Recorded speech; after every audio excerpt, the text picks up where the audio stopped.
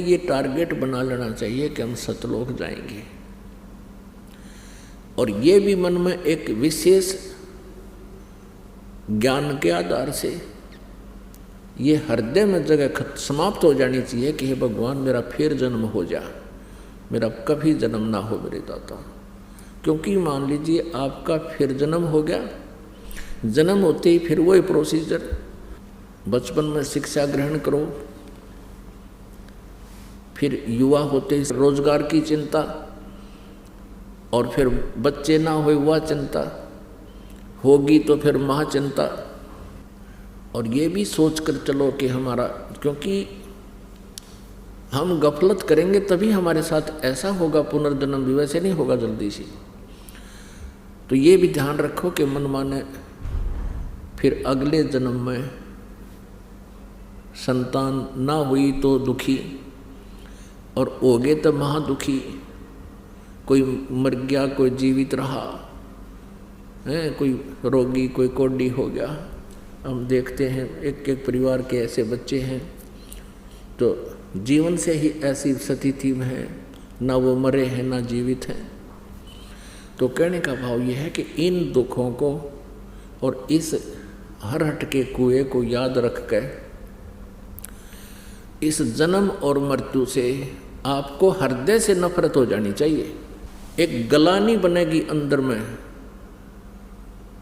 एक गलानी बनेगी ज्ञान से और भक्ति से, तो फिर आपका पुनर्जन्म नहीं होगा। यहाँ पर आप सीधे सतलोक जाओगे, मर्यादा में रहना होगा, सतभक्ति करते रहना होगा, आखिरी श्वास तक जाप करना है। कबीर परमात्मा कहते हैं अपनी महिमा अपने पाने की विधि आप ही बताते हैं। साईं यूं मत जानियो प्रीत घटे मम चत, मरूं तो तुम सुमृत मरूं और जीवित सुमरूं नित।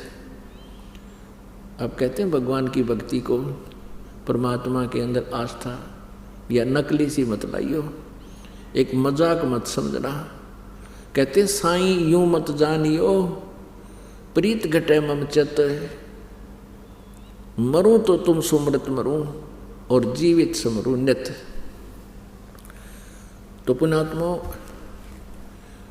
परमात्मा का पाना सबसे आसान है। परमात्मा का पाना जितना आसान है, इस पृथ्वी पर कुछ भी काम इतना आसान नहीं है। सतलोक में जाना जितना आसान है, बहुत इजी है, लेकिन जो कठिन है वो ये है कि ये विश्वास होना जो ज्ञान दास आपको बता रहा है, ये कठिन है। जिस दिन आपके ये विश्वास हो जाएगा कि सचमुच ऐसा ही है, आपका मोक्ष निश्चित है। और ऐसे वैसे कहने से नहीं, आपको एक पॉइंट पर 6 प्रमाण दिए जाएंगे कि परमात्मा कहाँ है, कौन है, कैसा है और कहाँ प्रमाण है, और वहाँ गए प्राणियों की क्या स्थिति है।